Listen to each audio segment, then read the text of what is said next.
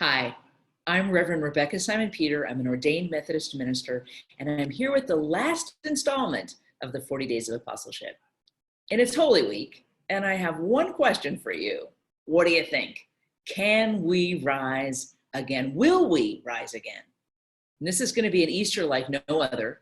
Coronavirus has impacted everything we do, from how we worship to how we shop. And I have to admit, I had hoped that by Easter we'd be out and about again, that life could return to some semblance of normal, that the curve could be quickly flattened. It seemed like a good plan. It would have been holy poetry, but it's not to be. And this disappointment, and it's been disappointing, has given me pause. I realize, you know what? I'm no different than the disciples of old. Just as we may be facing the saddest week of our lives due to the coronavirus, the disciples were headed into the saddest week of their lives. They had hoped for a quick kingdom victory with Jesus at the helm. Instead, they lost Jesus to crucifixion. After crucifixion, they hid out in fear. And here we are, sheltering in place. The disciples feared they had no future. We're not sure what ours looks like.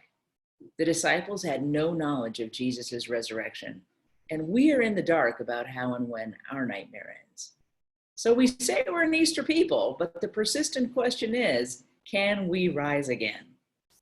As we complete this 40 days of apostleship, we've been focused on expanding our faith from simply believing in Jesus to actually believing like Jesus, so that we could tap into our inner divinity. And one of the most important things that Jesus believed was he believed in possibility. He believed he would rise again. He told people, after 3 days, I will rise again. And that means Jesus believed in possibility. I mean, who rises from the dead? Who can see a future where there is no future? Jesus. Not only that, Jesus believed in possibility for his disciples. Here's what he said: after I have risen, I will go ahead of you into Galilee.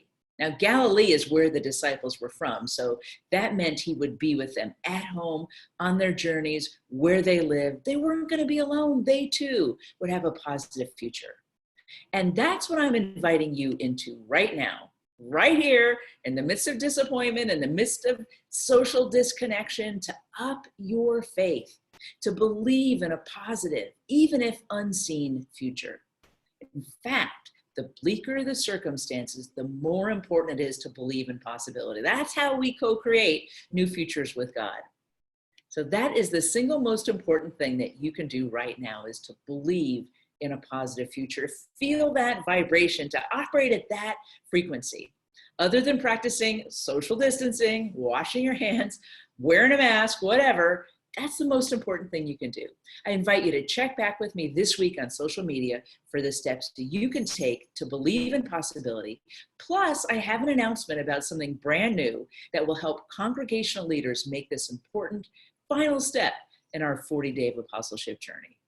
I want to wish all of you a blessed, safe, healthy, happy, connected, and possibility-filled Easter. God bless you. Amen.